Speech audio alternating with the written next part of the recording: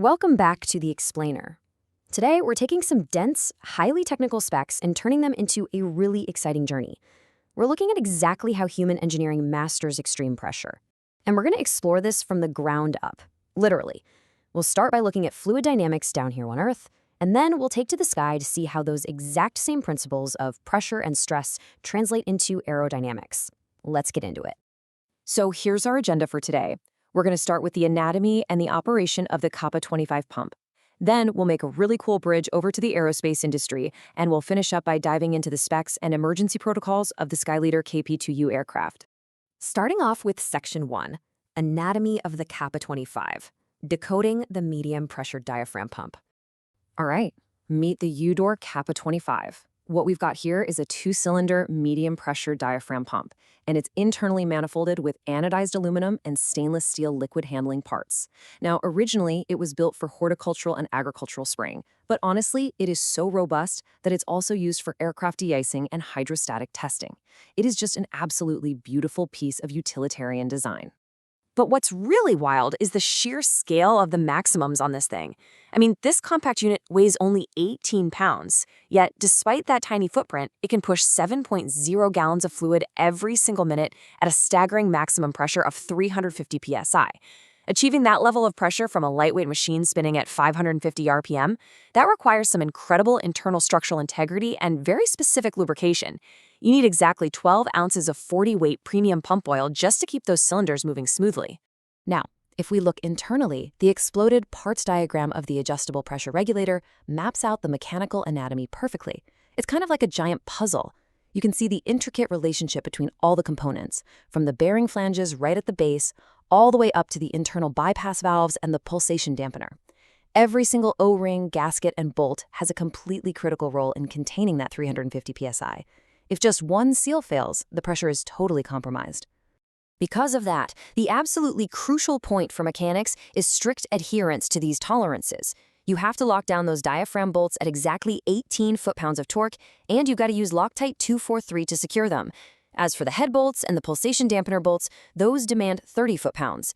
So this isn't just a suggestion, right?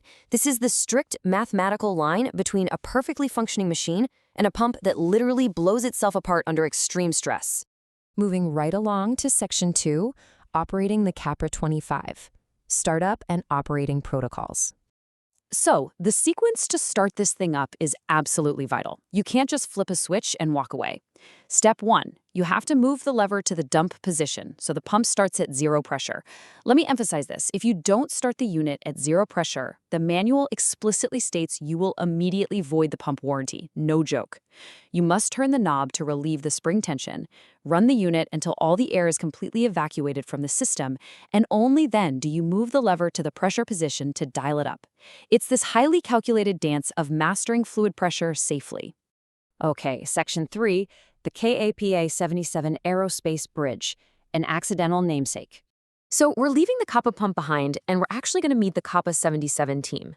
Looking at the history, an early 1990s all-metal aircraft concept, which was initially developed at the Institute of Aerospace Engineering in Brno, actually found a new life. A highly specialized engineering group known as the Kappa 77 team took over this ultralight development. They took their expertise from leading aerospace manufacturing and rapidly developed this concept into the KP2U SOVA, which stunningly made its public debut at the 1996 Chihuahua Aero Salon. Which brings us to Section 4, Skyleader KP2U specs, engineering the SOVA. You know, engineers are always having to balance safety with structural limits.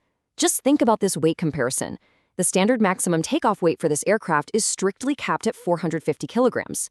But if you equip it with an emergency parachute system, or EPS, the flight manual actually allows a structural trade-off. It lets you bump your maximum takeoff weight up by 22.5 kilograms, bringing it to 472.5 kilograms.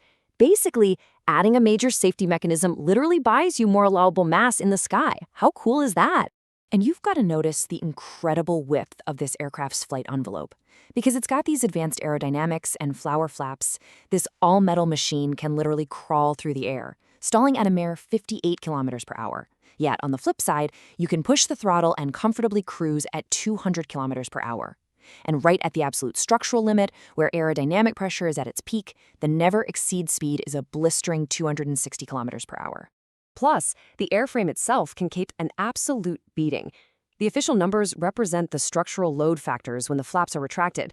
The aircraft is rated for a positive 4.0 Gs, which means 4 times the force of gravity pushing you down into your seat, and a negative 2.0 Gs, pulling you up. Managing those invisible, massive forces of pressure is exactly what this ultralight was designed to do. Finally, Section 5, Sky Leader Emergency Protocols, Cockpit Checklists. So the crucial point here is eliminating variables immediately when things go wrong. Let's say you suffer an engine failure while rolling on the ground during takeoff. You don't panic. You actively command the cockpit. You rip the throttle back to idle, apply the brakes as needed, kill the magnetos, choke the fuel cock to cut off the combustible source immediately, and flip the master switch completely off. You're systematically shutting down the machine to preserve the airframe and, your life. Now, let's look at a much more extreme scenario, the belly landing. The manual specifies a very particular, kind of wild protocol for this terrifying event. First, you must land with a stopped engine. But get this next detail. You have to use the starter to bump the propeller blades until they align in a completely horizontal position. Why? Well, so that when the belly of the plane grinds into the runway, you don't completely shatter the propeller blades into deadly shrapnel. I mean, it is an ingenious split-second hack to mitigate catastrophic damage under extreme physical pressure.